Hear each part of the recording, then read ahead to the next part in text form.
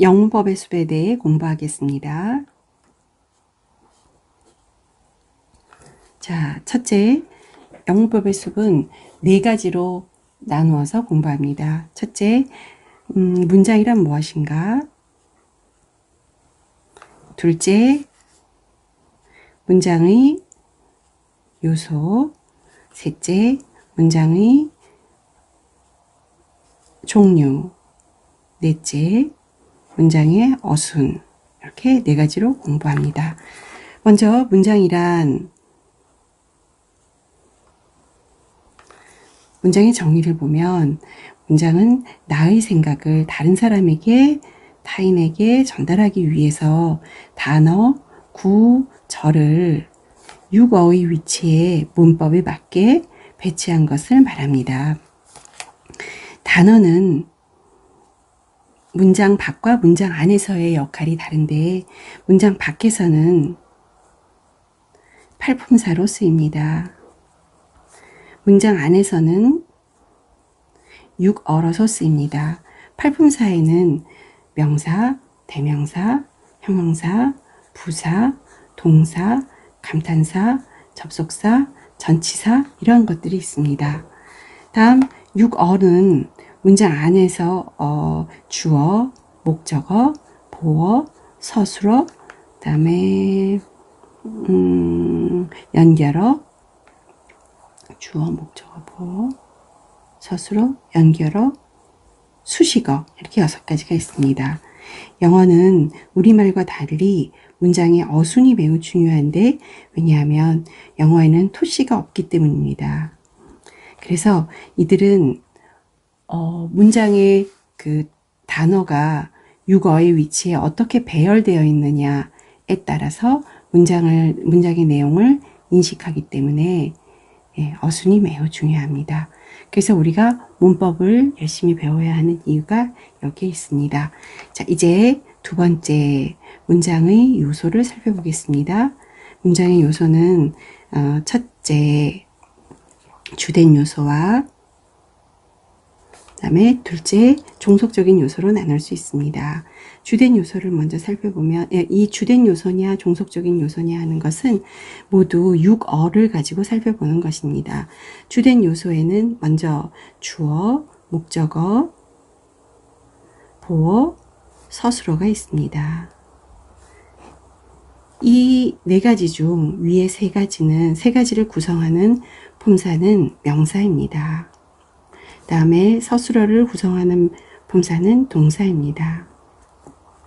그래서 우리는 명사와 동사에 대해서 살펴봐야 하는데 명사는 네 가지로 살펴보겠습니다. 명사의 기능은 주어, 문장 안에서 주어, 목적어, 보어의 자리에 놓아서 문장을 구성합니다. 다음에 단어인 명사를 살펴보면 명사와 대명사로 나눌 수 있습니다. 명사는 크게 두 가지로 나누는데 가산명사와 그다음에 셀 수 없는 불가산 명사로 나눕니다. 그리고 이 가산명사는 또 보통 명사와 집합명사로 나누고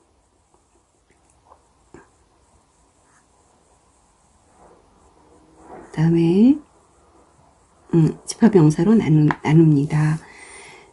다음 불가산 명사는 고유명사, 그 다음에 추상명사, 그 다음에 물질명사가 있습니다. 보통 명사는 우리가 뭐 가방, 책, 의자 이런 것을 말하고 집합명사는 family처럼 가족 구성원이 뭐 3명, 4명, 5명 되는 것을 하나의 패밀리로 집합을 시켜서 집합화한 명사를 말합니다.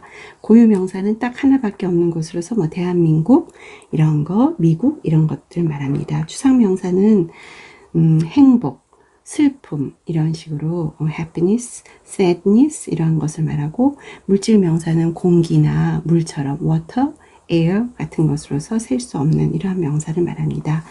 다음 대명사에 대해서 살펴보면 이것은 부관, 의인지 해서 부정대명사, 관계대명사, 의문대명사, 인칭대명사, 지시대명사가 있습니다. 다음 이제 명사 구로 살펴보겠습니다. 명사 구는 움직임이 있는 내용을 명사로 사용해야 할 때 사용합니다. 움직임이 있는 내용을 명사형으로 사용할 때, 그래서 어떤 형태로 사용하냐면 부정사, 다음에 동명사, 다음에 의문사 플러스 부정사가 있습니다. 다음 이제 명사절에 대해서 살펴보면, 명사절은 이야기가 있는 내용을 명사 형태로 표현해야 될 때 사용합니다. 명사절은 접속사와 관계 접속사와 의문사로 만듭니다. 자, 이렇게 해서 명사를 마쳤고 동사에 대해서 자세히 살펴보겠습니다. 명사는 4가지로 살펴본 반면에 동사는 5가지로 살펴봅니다. 먼저 동사의 기능은 서술어 자리에 놓입니다. 서술어 자리에 놓여서 주어가 주어가 하는 어떤 행동이나 상태들 나타냅니다. 그러다 보니까 자연 발생적으로 시제가 발생합니다.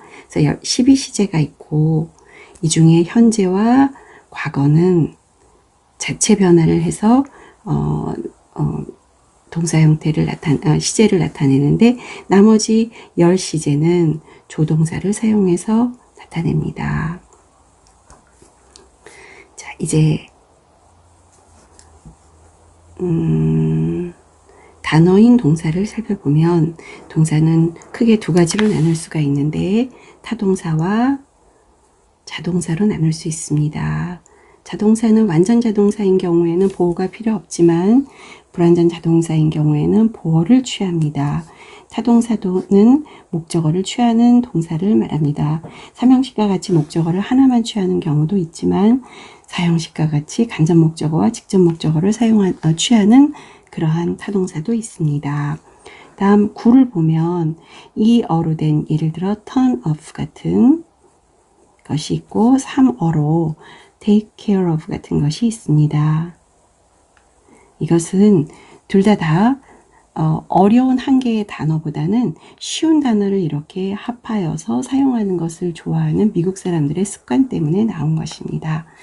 다음 조동사에 대해서 살펴보겠습니다. 조동사는 동사를 돕는 동사입니다. 이 조동사가 나올 때 뒤에는 동사 원형이 나와야 합니다. 조동사는 어떤 경우에 사용하냐면 문장의 분위기를 나타내고 또 시제를 나타냅니다. 그래서 현재 완료라든가 현재 진행형이라든가 과거 완료 이러한 것들을 만들 때 조동사를 사용하고, 다음에 의문문을 만들 때, 부정문을 만들 때, 이럴 때 사용하게 됩니다. 또 수동태를 만들 때도 조동사를 사용하게 됩니다. 수동태는 나중에 따로 설명하겠습니다. 자, 동사의 5가지 중에서 맨 마지막 준동사에 대해서 살펴봅시다.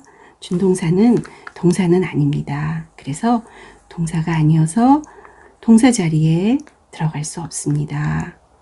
그러나 동사에서부터 파생되어서 구성되었기 때문에 동사의 성질을 따져서 문장을 만들어야 합니다. 즉 타동사냐 자동사냐에 따라서 보호와 목적어를 잘 취해줘야 합니다. 그러면 이러한 준동사의 종류에는 어떤 것이 있는가 살펴보면 부정사, 다음에 동명사, 분사가 있습니다. 분사에는 현재 분사와 과거 분사가 있습니다. 이 동명사와 현재 분사는 모양이 ing가 붙어갖고 똑같습니다. 그러나 문맥 안에서 우리는 이것을 충분히 구분할 수 있습니다. 자, 이렇게 해서 문장의 요소 중 주된 요소를 모두 마쳤고, 이번에는 2번째 종속 요소를 살펴보겠습니다. 이 종속 요소는 연결어와 수식어가 있는데, 연결어에는 접속사, 그 다음에 전명구, 그 다음에 관계사가 있습니다. 다음에 수식어에는 형용사와 부사가 있습니다. 이거에 대해서 살펴보겠습니다. 먼저 연결어를 보면 좀 전에 얘기했듯이 세 가지 접속사가 있는데, 접속사는 등위 접속사와 그 다음에 종속 접속사가 있습니다. 등위 접속사는 and, or, but, so, for 이러한 것들로 주어 동사, 주어 동사를 가운데를 이어줌으로써 좌우가 대등하게 연결이 되기 때문에 등위 접속사라고 합니다. 다음 종속 접속사는 주어와 동사가 있는데 여기에 하나의 어떤 목적절을 집어넣어서, 목적절이나 형용사절을 집어넣어서 이 안에 s와 v가 있습니다. 그래서 종속적으로 절이 들어가게 함으로써 문장을 만드는 경우를 말합니다. 다음 관계사를 보겠습니다. 관계사에는 관계 대명사절과 그다음에 관계 부사절이 있는데 이건 모두 다 형용사 역할을 하게 합니다. 관계 대명사절은 선행사가 사람이나 사물을 나타내기 때문에 그 뒤에 오는 절에서 사람과 사물이 빠져서 뒷절이 불완전합니다. 또 이번엔 부사절을 보면 선행사가 부사적인 요소가 됩니다. 사가 부사적인 요소. 예를 들면 이유, 방법, 시장 같은 것이기 때문에 이런 것들이 문장 뒤에서 빠졌을 때 우리는 문장을 불완전하다고 보지 않습니다. 그래서 완전한 절이 오게 됩니다. 다음 마지막으로 전명구를 보면 전명구는 장소, 이유 이런 것을 나타내게 되며 그래서 형용사나 부사적으로 사용하게 되고 이것은 전치사와 에다가 명사를 합쳐서 구를 만든 것입니다. 이렇게 해서 연결어를 살펴봤고 이번에는 수식어를 살펴보겠습니다. 수식어는 형용사와 부사가 있는데 먼저 형용사를 살펴보겠습니다. 네 가지로 볼 건데 첫째, 형용사는 명사의 상태, 수량, 성질 등을 나타냅니다. 그래서 단어인 명사는 명사 앞에서 단어인 형용사는 명사의 앞에서 수식을 하고 그다음에 구나 절인 형용사는 뒤에서 수식을 합니다. 자, 두 번째 단어인 형용사에 대해서 좀 더 살펴보겠습니다. 단어인 형용사는 좀 전에 얘기했듯이 명사의 앞에서 수식을 하고 그 다음에 여기에는 종류를 살펴보면 한정사가 있습니다. 한정사도 형용사로 보는데 한정사에는 관사, 어나 더와 같은 관사가 있고 그 다음에 소유격이 있습니다. 그래서 my home 할 때 my도 형용사가 한정사로서 형용사 역할을 하고 다음 지시형이 있습니다. 그래서 this book 하게 되면 이 책 할 때 이것도 책을 수식함으로써 한정사의 역할을 하게 됩니다. 마지막으로 부정이나 수량을 나타낼 수 있습니다. 그래서 any place 하게 되면 어딘지 모르죠. 어디든 하면서 이런 부정 한정사로 하고 그다음에 somebody 이런 식으로 수량을 나타낼 때도 쓰이게 됩니다. 자, 그러면 이제 형용사 중 세 번째 구인 형용사에 대해서 살펴보겠습니다. 이것은 어떤 동작이 있는데 이것을 형용사 형태로 문장 안에 집어넣어야 할 때 사용합니다. 형용사 구에는 어떤 것이 있냐면 부정사가 있고 다음에 전명구가 있고 다음 분사가 있습니다. 여기에는 현재 분사, 과거 분사가 있습니다. 네. 이 현재 분사, 과거 분사가 있는데 현재 분사는 능동적이고 현재 일어나는 일들을 현재 일어나는 동작을 표현할 때 쓰고, 과거 분사는 수동적이며 과거에 일어난 것을 표현할 때 씁니다. 여기 부정사는 미래에 일어날 일을 형용사적으로 표현할 때 사용합니다. 자, 형용사 마지막으로 이제 절에 대해서 살펴보겠습니다. 형용사 절은 이야기가 있는 내용을 형용사 형태로 문장에 집어넣을 때 사용하게 됩니다. 형용사 절은 아까 나오기도 했지만 접속사와 그다음에 관계사로 만듭니다. 그래서 관계사는 관계 대명사절이 있고 또 관계 부사절이 있습니다. 다음 이제 수식어 중 두 번째 부사에 대해서 살펴보겠습니다. 자, 수식어 중 두 번째 부사에 대해서 살펴보겠습니다. 부사 역시 우리가 네 가지로 살펴볼 건데, 부사의 기능은 동사를 수식하거나 형용사, 부사 또는 문장 전체를 수식합니다. 단어인 부사는 기능을 보면 단어인 부사는 시장에 종종 부정한 이유가 있다. 자, 즉 시간, 장소, 종종, 빈도, 그 다음에 부정, 정은 정도, 이유, 원인이라고 볼 수 있겠죠. 이러한 상황들을 나타내는 것들을 단어 부사라고 합니다. 부사인 단어는 이러한 상황들을 나타냅니다. 그래서 예를 들면 시간, now, 다음 장소, there,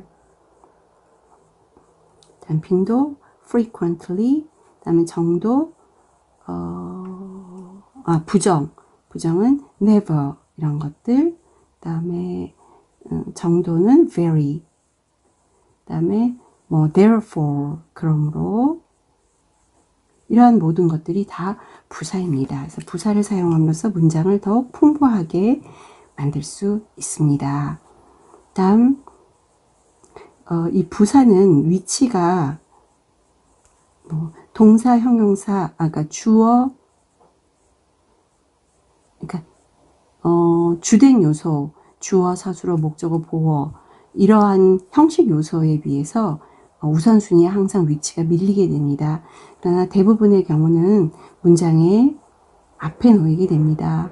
그러나 동사를 수식하는 경우는 동사 뒤에 놓이게 됩니다. 다음 이제 부사 구에 대해서 살펴보겠습니다. 부사 구는 다른 것들과 마찬가지로 어떠한 동작이 있는 내용을 부사의 위치에다가 놔서 표현할 때 쓰이게 됩니다. 종류를 살펴보면 부정사가 있습니다. 이 부정사는 미래의 동작을 나타내고 싶을 때, 그 다음에 전명구가 있고, 그 다음 분사구문이 있습니다. 분사구문은 부사절을 구로 만들 때 사용해서 씁니다. 그래서 ing 형태를 쓰게 되는데 이게 앞에 오기도 하고 뒤에 오기도 하고 합니다. 이렇게 해서 수식어의 연결어에 이렇게 해서 수식어 중 두 번째 부사에 대해서 살펴봤습니다. 이렇게 함으로써 문장의 요소, 주된 요소와 종속적인 요소를 모두 살펴봤습니다. 자, 이제 세 번째 문장의 종류를 살펴보겠습니다. 문장의 종류에는 구조상 단문, 중문, 복문 이렇게 나눕니다. 단문이라는 것은 주어와 동사가 마침표 안에 하나만 있는 경우고, 주문은 주어 동사, 주어 동사가 중간에 등위 접속사로 연결된 경우를 말합니다. 그래서 and or but for로 연결된 경우를 말하고, 복문은 주어와 동사에다가 목적어나 목적절이나 형용사절을 가지고 이 속에다가 문장 안에다가 집어넣음으로써 종속적으로 집어넣음으로써 구성된 문장을 말합니다. 다음 의미상으로 살펴보겠습니다. 의미상으로는 평, 의, 감, 기, 명 이렇게 됩니다. 그래서 평, 평서문, 의, 의문문, 감, 감탄문, 기, 기원문, 명, 명령문입니다. 이 세 가지는 뭐 특별한 게 없기 때문에 그냥 넘어가기로 하고, 평서문은 문장의 어순, 오형식에서 살펴보겠습니다. 자, 의문문에 대해서 조금 더 자세히 지금 살펴보겠습니다. 의문문. 의문문은 크게 네 가지로 나눕니다. 첫째, 일반 의문문. 그래서 비동사를 사용하는 is he a boy? 라든가 does he like her? 라든가 이런 것이 일반 의문문입니다. 일반 의문문은 평서문의 주어와 동사의 위치를 바꿔서 동사, 주어 이런 식으로 해서 만듭니다. 자, 두 번째, 특수의문문이 있습니다. 특수의문문은 의문사 의문문이라고도 합니다. 의문사 의문문은 이 의문사라는 것이 누가 언제 어디서 무엇을 어떻게 왜 했나 라는 내용을 우리가 알고 싶을 때 의문사를 사용해서 의문문을 만듭니다.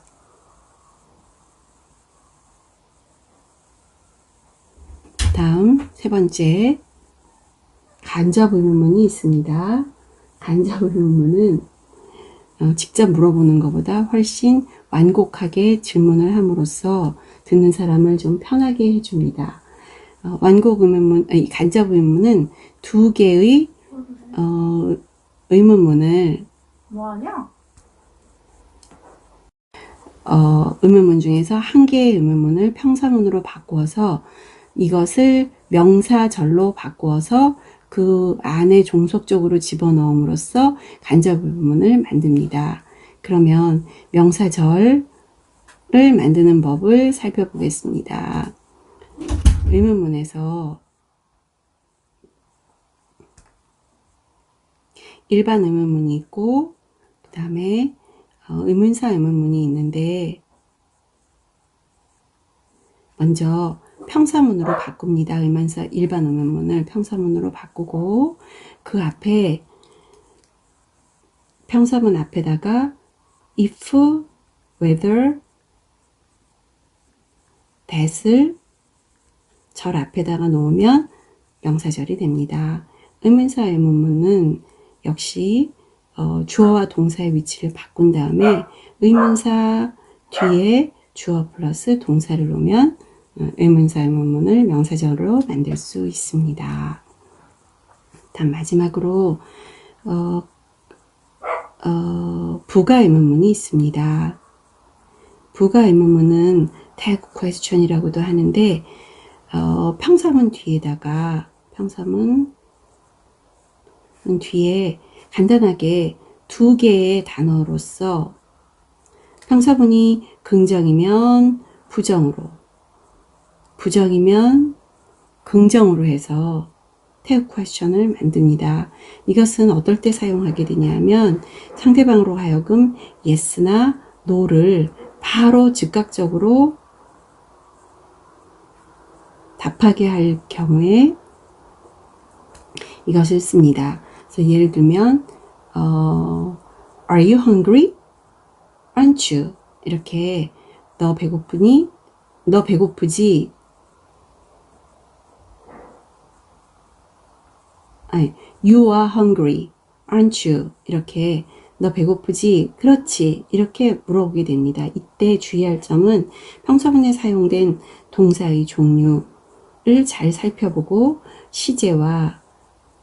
시제를 살펴봐서 고려해야 하며 앞에 문장이 긍정인지 부정인지를 살펴서 만들어야 합니다. 이렇게 해서 의미상의 문장의 종류 중 의문문을 마쳤습니다. 그러면 이제 영문법의 숲 중 마지막 문장의 어순에 대해서 살펴보겠습니다. 첫째, 평서문이 있습니다. 평서문의 어순으로서는 문장의 5형식을 따르게 됩니다. 문장의 5형식은 5개가 있는데 1형식 주어 플러스 완전 자동사입니다. 이 경우는 아주 단순한 동작이나 상태를 나타내기 때문에 주어와 완전 자동사만으로도 문장이 충분하고 좀 더 풍부하게 하기 위해서 부사구가 놓이기도 합니다. 이 형식은 주어에다가 완전 자동사가 아니고 불완전 자동사가 들어가면서 주격 보호가 들어갑니다. 그래서 주어의 신분이나 소속이나 상태나 직업 등등을 표현하게 됩니다. 다음 3형식은 주어에다가 타동사를 사용하게 됨으로써 목적어를 취하는 이 동사입니다. 그래서 목적어를 반드시 타동사 뒤에다가 놔야 합니다. 다음 4형식을 살펴보면 주어에 타동사가 오는데 이 타동사는 목적어를 2개를 취합니다. 그래서 IO, DO 해서 간접 목적어, 직접 목적어 이 2가지를 취하게 됩니다. 예를 들면 내가 그에게 하면 그에게가 간접 목적어, 선물을 주었다 하면 선물이 다시 그에게가 간접 목적어, 선물을 할 때 을이 직접 목적어가 됩니다. 다음 문장의 5형식을 살펴보면 먼저 주어가 있고 그 다음에 타동사가 있고 목적어가 나옵니다. 그런데 이 목적어 뒤에 목적 보어가 나오게 되는 형식입니다. 이것을 살펴보면 이 목적격 보어는 목적격이라는 것만 다르지 이 형식의 주격 보어와 거의 같습니다. 그래서 목적어의 신분이나 소속이나 직업이나 이러한 것들을 나타나게 합니다. 그리고 이 5형식에 사용되는 동사 중에는 지각동사나 사역동사가 많이 사용됩니다. 이 지각동사나 사역동사가 오는 경우에 그 뒤에 오는 동사는 동사 원형을 쓰게 됩니다. 이 5형식은 주로 어떤 경우에 많이 쓰냐 하면 주어가 목적어에게 지시, 요구, 명령, 허가를 나타내는 상황일 때 이 5형식을 많이 사용하게 됩니다. 자, 이렇게 해서 문장의 5형식 살펴봤습니다. 자, 이제 두 번째, 이렇게 문장의 평서문에 5형식이 있는데 가끔 어떤 내용을 강조하거나 이렇게 할 때 일어나는 것으로서 도치, 어순의 도치, 그 다음에 동격, 삽입, 그 다음에 생략 등이 일어납니다. 자, 마지막으로 가정법에 대해서 살펴보겠습니다. 가정법은 화법 중에 하나입니다. 화법에는 크게 3가지가 있는데 직설법, 즉 우리가 얘기하는 평서문에서 보통 얘기하는 것입니다. 다음 명령법, 이것은 앞으로 일어나지 않았지만 앞으로 어떤 동작을 하라라고 상대방에게 얘기할 때 사용하는 것이고, 마지막으로 가정법이 있습니다. 이것은 실제로 일어나지 않았지만 어떠한 상황을 어떠한 상황을 가정하는 상태에서 문장을 만드는 것을 말합니다. 자, 가정법을 자세히 살펴봅시다. 가정법은 첫째, 일반 가정법이 있습니다. 그래서 여기에는 4개의 시제가 발생합니다. 현재, 그 다음에 과거, 가정법 과거, 그 다음에 가정법 과거 완료, 가정법, 미래 완료 이렇게 있는데 이 중에서 현대 영어에서는 현재를 쓰지 않습니다. 왜냐하면 if 조건절로 충분히 내용을 전달할 수 있기 때문입니다. 그럼 이 중에서 우리는 세 가지를 잘 알아야 되겠습니다. 먼저 가정법 과거는 현재의 제 사실에 반대되는 내용을 이야기할 때 많이 사용합니다. 그래서 먼저 그 형식을 살펴보면 if I were rich 다음에 콤마 찍고 I would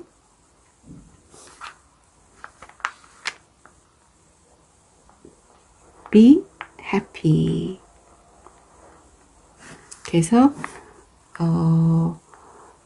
여기 가정법 과거 if 주어 다음에 과거를 쓰고 그 다음에 뒤에는 would 그 다음에 현재를 씁니다.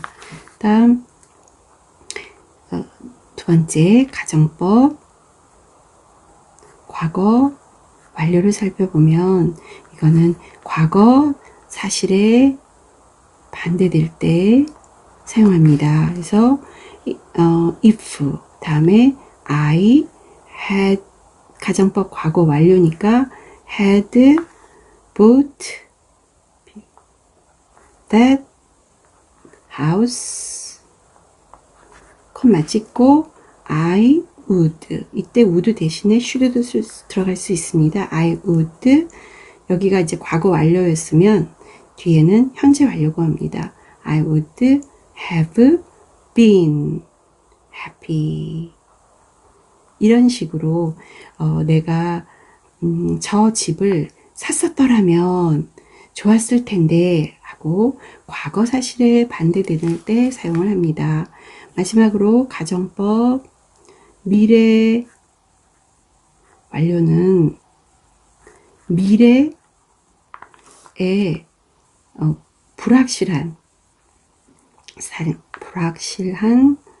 상황이나 일어나지 않을 것 같은 상황을 가정해서 얘기를 합니다. 예를 들어 내가 다음 생에 태어난다면 선생님이 될 텐데 미래에 내가 다시 태어난다는 건 정말 불확실한 상황이 되겠습니다. 그래서 if 이럴 때 미래 완료를 쓰는데 I should if I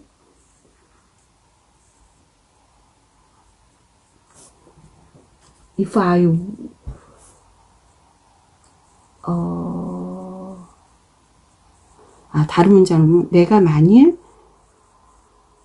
그 시험에서 떨어진다면 아직 떨어진 건 아니고 미래에 떨어진다면 다시 한번 재도전할 텐데 이러면 지금 미래에 내가 그 시험에 합격할지 불합격할지 모르는 불확실한 상황일 때 미래 완료를 쓰기 때문에 if I should가 들어가고 그 다음에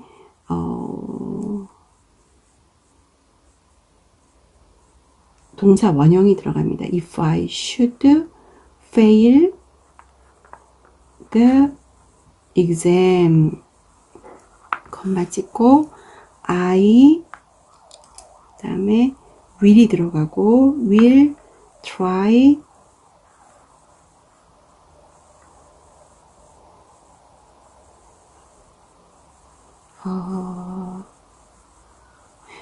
will은 현재일 때 쓰는 거고 I would try again 이렇게 됩니다. 자, 이렇게 해서 가정법 일반 가정법에 대해서 살펴봤고 다음 두 번째 특수가정법에 대해서 살펴보겠습니다. 특수가정법은 as if 가정법이 있고 가정법 그 다음에 I wish 가정법이 있습니다. 먼저 as if 가정법에 대해서 살펴보면 이것은 실제로는 안 그런데 마치 그러한 것처럼 행동해야 하는 상황을 가정해서 얘기할 때 사용합니다. 예를 들어 그는 말했습니다. 마치 선생님인 것처럼 할 때 he talks as if he were a teacher. 이것은 가정법 과거입니다. 이것은 시제가 were에서 과거를 썼기 때문에 as if 가정법 과거인데 요거는 현재 아닌데 마치 그런 것처럼 이야기할 때 사용을 합니다. 그럼 이번에는 he talks as if he 과거 완료 had been a teacher. 이렇게 얘기하면 여기가 as if 가정법 과거 완료가 됩니다.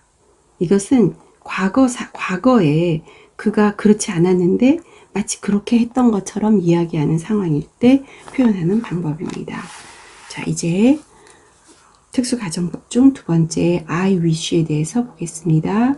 I wish 가정법 과거가 있고 I wish 가정법 과거 완료가 있습니다. 이것은 가정법 과거는 현재 이루어졌으면 하는 소망이 이루어지지 않은 것을 가정에서 표현할 때, 가정법 과거 완료는 과거에 이루어졌으면 하고 희망했는데 이루어지지 않았을 때 아는 것을 가정에서 이야기합니다.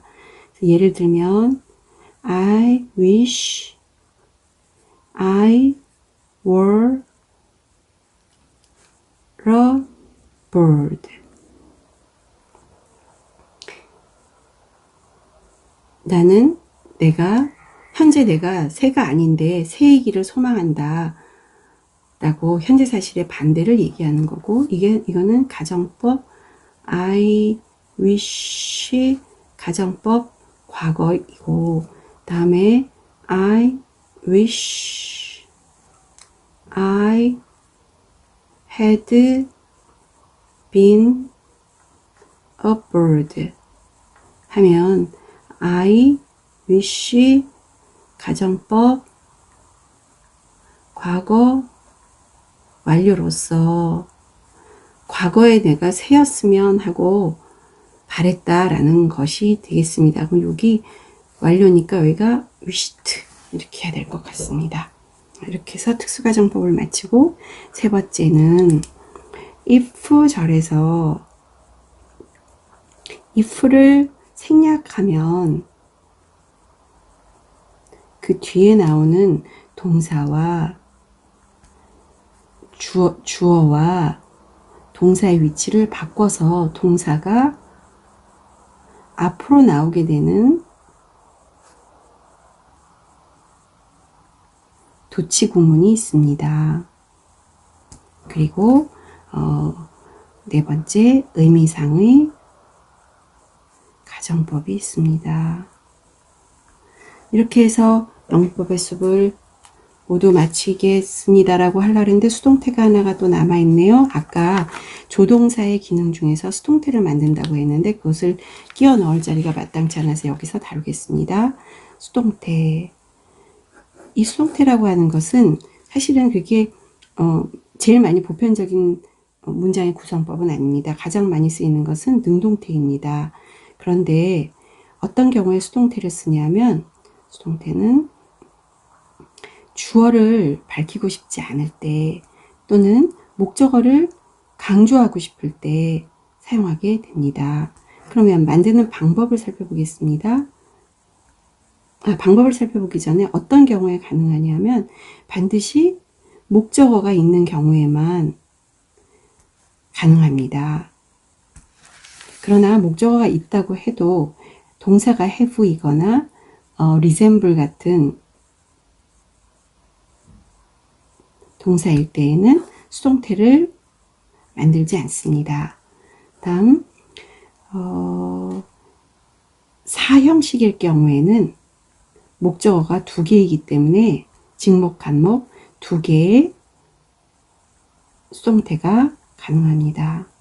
그럼 만드는 방법을 실제로 살펴보겠습니다. 자, 삼형식에서 주어와 타동사와 목적어가 있을 때 이 목적어가 주어 자리에 옵니다. 수동태가 될 때, 그 다음에 이 동사가 내려오는데 이 동사가 그대로 내려오지 않고 비동사 플러스 과거분사의 형태로 오게 되며 다음에 주어가 이쪽 자리로 오게 되는데 by 플러스 주어가 됩니다. 이때 이것은 생략이 자주 됩니다. 왜냐하면 주어를 밝히고 싶지 않을 때 쓰는 것이 수동태이기 때문에 그렇습니다. 이상으로 영어 배습을 정말 마치겠습니다. 감사합니다.